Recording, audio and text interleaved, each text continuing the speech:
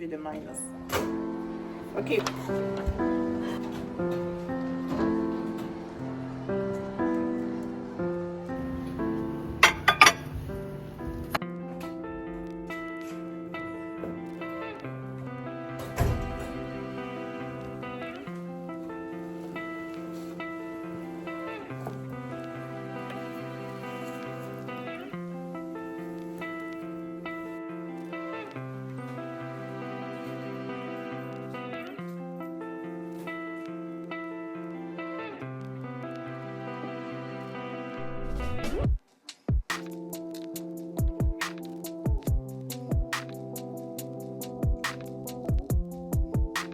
You need water?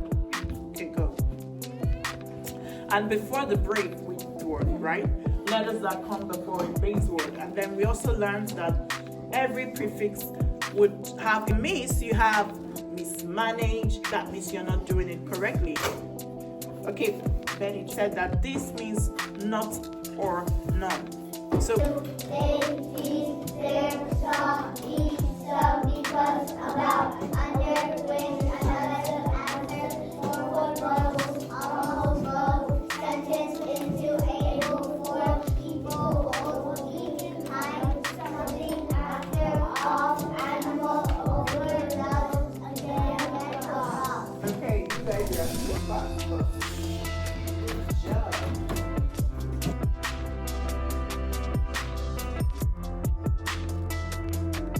So guys, I just got to school and I've said my prayers. I'm just about to bring out my laptop and starting a little bit of work while I wait for the students. So this is the introduction of a new vlog. So you're welcome to the channel. To all the new subscribers, I am super grateful. Thank you for taking your time to subscribe to the channel and you're welcome. Okay, so this morning to start this vlog, I just want to talk about something that has been on my heart. Let me sit down and be comfortable. Okay, so I was studying the book of Moses when I read about how Moses had brought the children of Israelites out of Egypt, and on their way out they got to the Red Sea, right? And now they had a problem. There was a sea and the people are like, Moses, like, we should have left us to die in Egypt. Why do you want us to die here? The Egyptians are fast coming behind us, and they started complaining basically. And then Moses went to God and said, what do I do? And God gave Moses an instruction and he said, hit the rock. What do you have in your hand? The rod, right? Hit it on the water and then it's gonna split. And Moses did without questioning God, and then the water split. So it got me thinking, right? Sometimes God gives us instructions that may not literally or logically make sense. If you must be a Christian and follow God, you must follow God sheepishly. You know what it means to follow someone sheepishly? Let me keep you guys down here. You must follow him like a sheep, foolishly, without reasoning, without having to overanalyze things, and without having to foolishly, basically. Sometimes when God gives instructions, it doesn't make sense. So if you need God to explain himself every time he gives you an instruction, you might find yourself stuck in a particular point in your life for a very long time, or you might find yourself experiencing delays. Now, back to Moses' story, right? Moses just went ahead and acted without questioning God, without asking for explanation, even when what God was asking him to do logically did not make sense. We are stranded in the middle of, before a sea, and you're telling me to hit my rod on the water. Like, what sense does it make, right? But Moses trusted God, believed God, and acted fast. So it got me thinking, what if Moses had delayed and said, God, why do you want me to hit my rod on the water? Like, what sense does it make? Why not send a sheep? Why not send some sort of, because I believe that as at that time, there were ways people used to cross it. Like, why not send something to me to help me cross over to the other side? Why does it have to be my rod? But then the thing is that Moses was someone that believed God and he didn't have to doubt God. No, you can't come into my video. Yeah. So when God gives you an instruction, it may not make sense. Act. immediately. Delays can be problematic. So if Moses had stood there and started arguing with God, maybe the Egyptians would have caught up with the Israelites and the story would have been different. But Moses' ability to respond fast made all the difference. So I think I will have to continue this video later because what do you want, sweetheart? Nothing. Just this. Is this for me?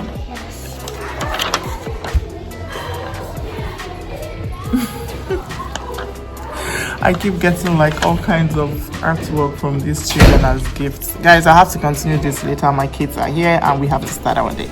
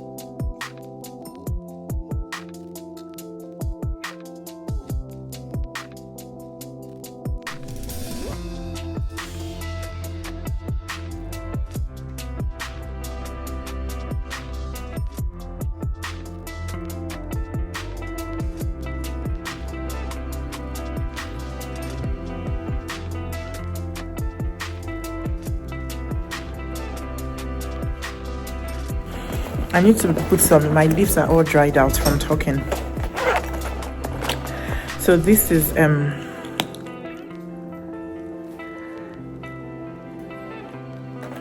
that's better. So the kids are out for recess. That's 15 minutes recess and I have 15 minutes break. So I just want to finish out the video that I was talking to you guys about. So basically what I was trying to say is this: sometimes God gives us instructions that may not make sense. God is asking us to do things that may not make sense. And to be honest, Christianity is just that way. If you're too smart, if you think that you're too smart, or you're too intelligent, you want to question everything God says, you're looking for a logical explanation for every instruction God gives you, it might not end up well, right? It might not end well. So, and then I was just thinking of Moses, using the analogy of Moses and how he responded quickly to every instruction God gave him. You can imagine that he delayed before finally putting his rod on the sea. The Egyptians would have slayed the Israelites even before they got the chance to cross the sea. Okay, and God is not someone that talks too much. He gives you an instruction and he expects you to follow. Most times he doesn't give you the full picture. He gives you bits of details, right? And as you follow the small instruction he gives you, he unveils more and then he gives you more instruction. So sometimes we see ourselves stuck at this point in our life because we are constantly arguing with God, or we don't understand what he's asking us to do, and because of that we are delaying obedience. And when you delay obedience, you delay your results, you delay your progress, right? I don't know where you are right now in your life. Maybe you're second guessing everything you're doing and you're asking, is God even asking me to do this? Or you're just questioning every step you take or everything that you do or every instruction that God is giving you, and you're asking yourself, is God even in this? Why am I the only one doing this? Why does it feel like I'm alone or in this alone? Usually when God asks you to do something, God is not someone that moves with the crowd, right? It's either you want to be with God or you want to be with the crowd. Sometimes it might look awkward. Sometimes it might be the odd one out. Just imagine Noah building an ark when there was no rain and asking people to go into the ark, and people are laughing at him and making jest of him. Sometimes it feels like that when God is sending you on a mission or is asking you to do something, right? You can feel alone. You can second guess yourself and ask yourself questions like, am I really sure God is asking me to do that? I'm sure that at some point Noah must have thought to himself, am I really sure God is asking me to do this? Why am I in this alone? Why is everyone laughing at me? It's an awkward place to be, right? So when God is asking you to do something, it might look a little bit awkward, but I promise you, in obedience, when you obey God, that's where your blessing lies. I'm going to tell a little story of, when we had to relocate from one city to another city, and my husband had told me like God said we should move, and we are moving, and that was it. And I remember struggling with that and just asking myself like, is this really what God wants us to do? Even though I knew that He had spoken to my husband, right? And the reason why I was questioning that was because I felt like I was settled, like I had a job, everything was going on well, we were comfortable, we were doing well. He was doing well, I was doing well, and I felt like, why do we want to leave all of this and move to a future we are not sure? In my own opinion, like, why do we want to leave all of this and move to a place where I had no job offer, I had no job, nothing? Like, it didn't make sense at that time. And that's why I said sometimes when God is asking you to do certain things, like, it sounds foolish. It literally like sounds foolish. It didn't make sense. And I struggled and I would pray about it. I remember those days I would go to work, and at work I would just be praying. I was always praying. Anytime I got a chance to have a quiet time, I'm asking God, please don't let us make a mistake. Please don't let us make a mistake. Because this doesn't make sense looking at it humanly speaking. How do we leave like what we know, leave the town we know, leave like the jobs that we have, and move to a city where we don't even have job offers there? Like, where do we go? How do we go from this to that? How do we cope? Like, there are lots of questions on my mind, asking like, what you're asking us to go and do there, can't we do it here? What's the difference? Like, but then I remember praying about it and asking God, please give me a confirmation. I really need to be 100% sure that this is you. Give me a confirmation, right? And that was a very foolish prayer because God had already told my husband. And while I was making that prayer, I know it's a foolish prayer now, because God said to me, and because He ignored me for a while, and then finally when I heard from God, He said, give you a confirmation on what? I'm like, okay, hold on. You asked us to move. I'm asking that. I need to be sure that you're asking us to move. And He's like, I don't remember having that conversation with you. I didn't ask you to move. I didn't have a conversation of moving with you. I had that conversation with your husband. So if there's anybody at all that I should even give a confirmation, it should be your husband. But He's not even asking for a confirmation because He's sure. And here you are, just praying and asking for a confirmation. He said, I didn't have that conversation with you, right? Just do what your husband is saying, submit to him, and just do as he says. And that was the end of that conversation. So I never asked for a confirmation, and I just obeyed my husband and followed my husband.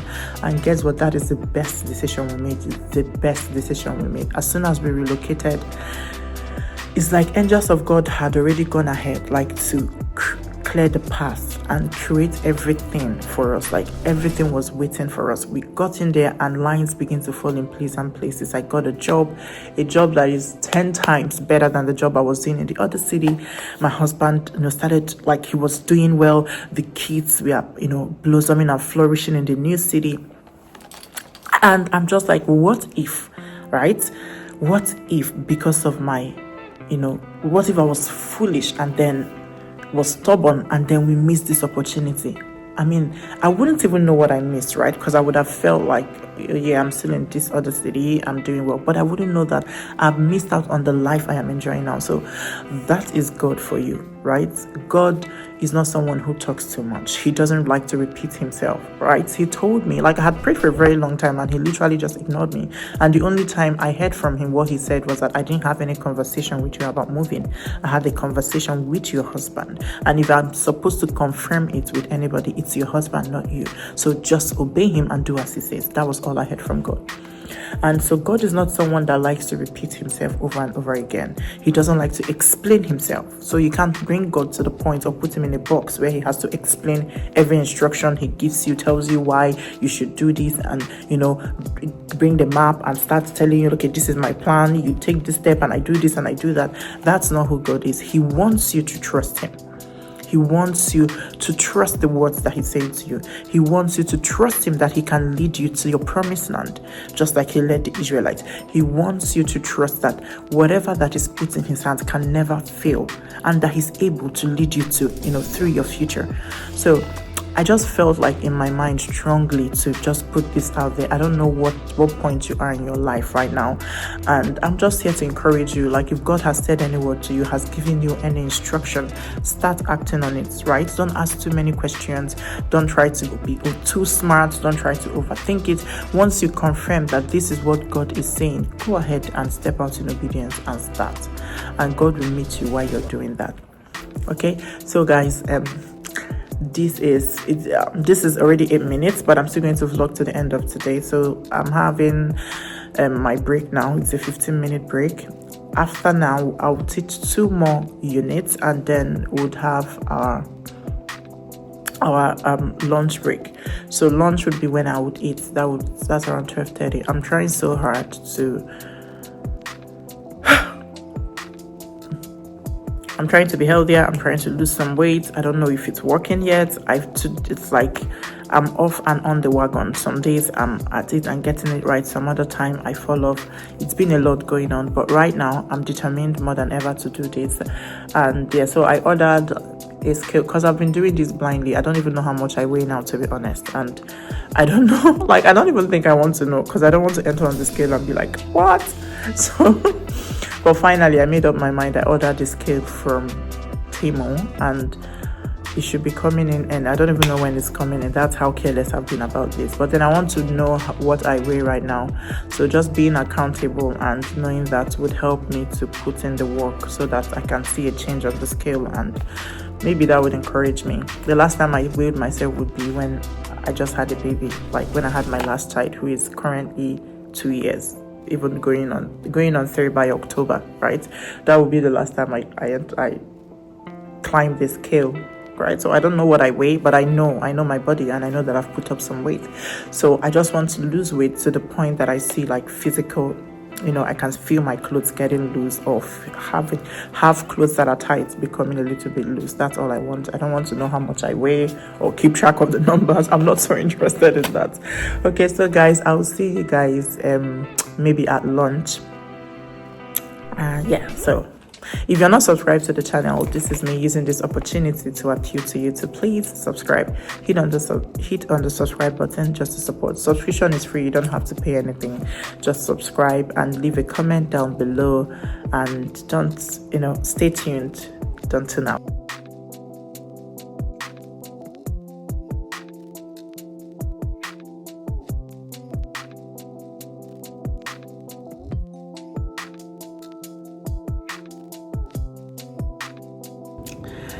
So guys, it's the end of the day. I was on duty, so as soon as the kids all left, I had to go outside for my duty. I think 15 minutes. I was 15 minutes outside. Usually when you're duty at the end of the day, you have to stay till every child leaves, and then you come in. So the extra 15 minutes I was outside with the kids that were not picked up yet, and as soon as they all left, I came back in. So yeah, it's the end of the day, and I am excited because tomorrow is a no school day for the kids, but the teachers are coming to work though. But the reason I'm excited is because I get to come to work an hour late tomorrow, so I have an extra hour in the morning to sleep before I come to work. Okay, because I really enjoy the company of these kids. They are awesome, right? Even though I know that sometimes we need our break as teachers, but then when they are here, it's all fun and good. And yeah, so I have a little bit of work to do. I was marking their math textbook there. I'm gonna just see if I can finish it so that tomorrow I can use my tomorrow, and the kids won't be here, but then we'll still have meetings and other activities for tomorrow.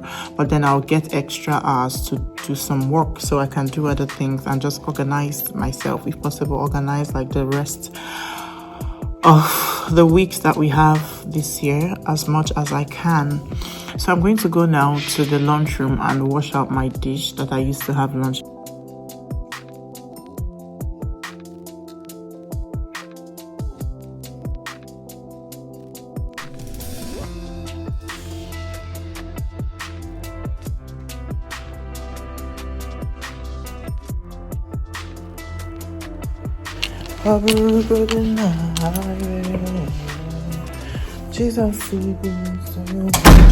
So I tried to play a little bit of puzzle. There's always a puzzle on the table in the staff lunchroom, so you can just go there to distress and just try and fix a little bit of puzzle.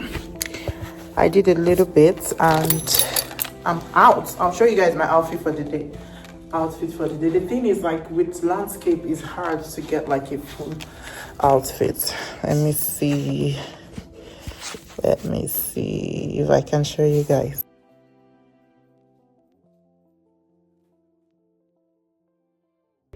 So this is what I have on today. Very simple, very comfortable, very convenient. If anything is not comfortable, I don't want it. It doesn't matter how stylish it looks. My comfort comes first. You know how they say safety first? For me, comfort first before anything.